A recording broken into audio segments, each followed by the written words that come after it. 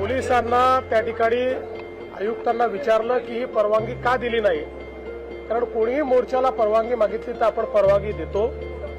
मला आयुक्तांनी त्या ठिकाणी सांगितलं की त्यांच्याशी रूटच्या संदर्भात चर्चा सुरू होती, परंतु ते जाणीवपूर्वक अशा प्रकारचा रूट मागत होते की ज्यातनं कुठेतरी संघर्ष होईल.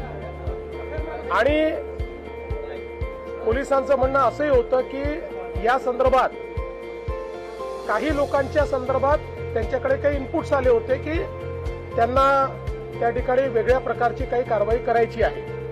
आणि म्हणून पोलिसांनी त्यांना एवढं सांगितलं होतं की जो नेहमी रूट असतो मोर्चाचा तो रूट तुम्ही घ्या, अशा प्रकारचा रूट घेऊ नका.